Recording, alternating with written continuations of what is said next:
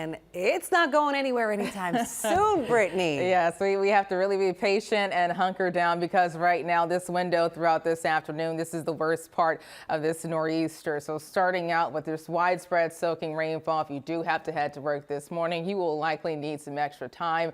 Also, really hold tight to the steering wheel because it's very windy, making your commute extra difficult, especially as you drive across the bridges. But this morning, still wet, steadier rain coming down 54 in Central Park. So winds are near 13 sustained and gusting up to 26 miles per hour. Quick check of temperatures. We're down in the 50s, so a cooler morning in place. 53 in White Plains, Somerville 56, and 57 degrees in Brookhaven. So there's rain moving northwest all around the tri-state. It's steadier, more so widespread, especially north and west of the city. A heavier pocket of rainfall near Ramapo, Highlands, all the way towards Washington, Danbury, and Kingston. We'll just see off and on rain lasting throughout this afternoon, with showers finally tapering off after sunset. I'll show you that hour by hour timing in just a second. So we have this area of low pressure, the secondary low, this nor'easter really cranking up just offshore, dragging in that onshore flow. One of the reasons why we're dealing with some major coastal flooding issues. We just passed that overnight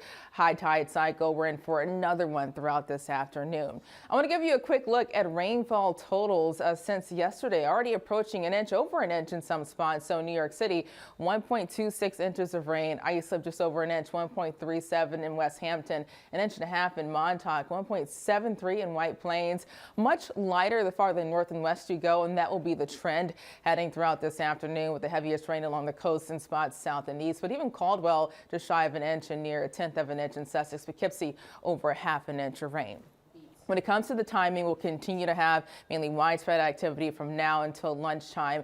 But throughout this afternoon, rain turns more so scattered, meaning we'll see more breaks in the activity. So just some dry breaks mixing in, but still scattered showers. You'll still need your umbrella this afternoon, and still need it too throughout the Monday evening hours. But overnight into early Tuesday, that's when most of this moisture begins to taper off, and the wind direction switches more so out of the east to the northeast, helping to alleviate some of those coastal flooding concerns. Now, tomorrow morning, we could start out with some patchy drizzle, especially east of the city. But for the rest of Tuesday, we continue to slowly dry out. But we hold on to mostly cloudy skies. We have to wait until Wednesday for more sun. But the winds are cranking up, and this is the period of strongest winds, and this could lead to power outages.